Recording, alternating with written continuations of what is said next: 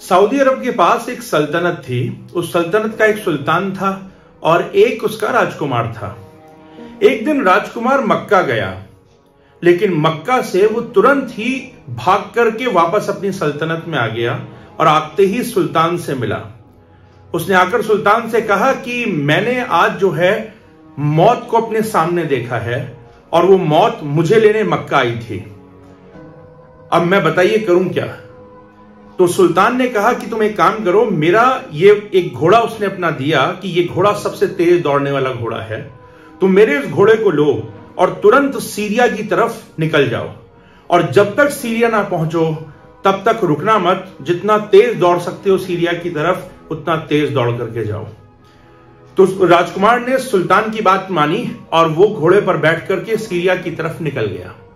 इधर सुल्तान मक्का खुद गए और मौत को ढूंढने लगे। तो सुल्तान के सामने एक मौत टकरा गई। सुल्तान ने मौत से कहा कि मैं जानता हूं कि तू यहां मेरे बेटे को मक्का में लेने आई है, तू मेरे बेटे को ढूंढ रही है, उसे लेकर जाएगी ना?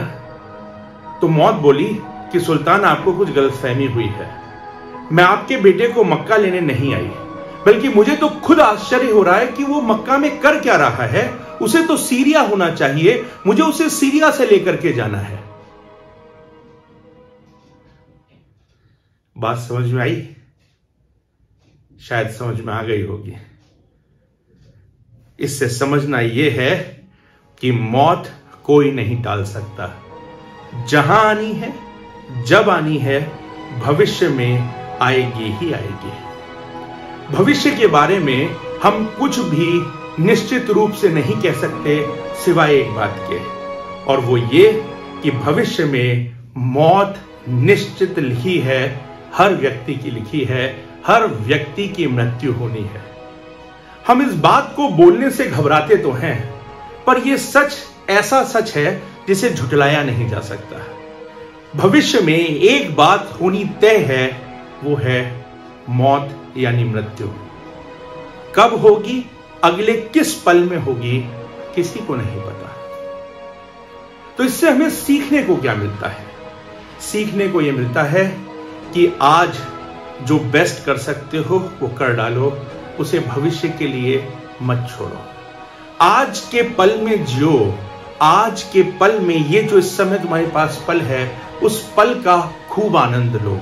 अपने आज के आनंद को, अपने आज के बेस्ट को कल के लिए मत छोड़ो कि भविष्य में करूंगा, भविष्य की योजनाएं बना करके भविष्य में ये सुख लूंगा, भविष्य में ये आराम, ये आनंद लूंगा, अपने रिश्तेदारों से भविष्य में इस तरह से मिलूंगा। क्योंकि भविष्य में कुछ भी निश्चित नहीं है सिवाय एक बात के। तो जो बेस्ट अपना करना है वो आज करो। जो भी तुम्हें आनंद लेना है, आज के पल में आनंद लो, उसको भविष्य के लिए टालो मत। ये जिंदगी को जीने का बहुत ही खूबसूरत तरीका है। कहानी भले ही मौत की है, पर ये हमें आज में जीना सिखाती है। आई होप आपको पसंद आई होगी और शायद कुछ जीने का तरीका समझ में आया होगा।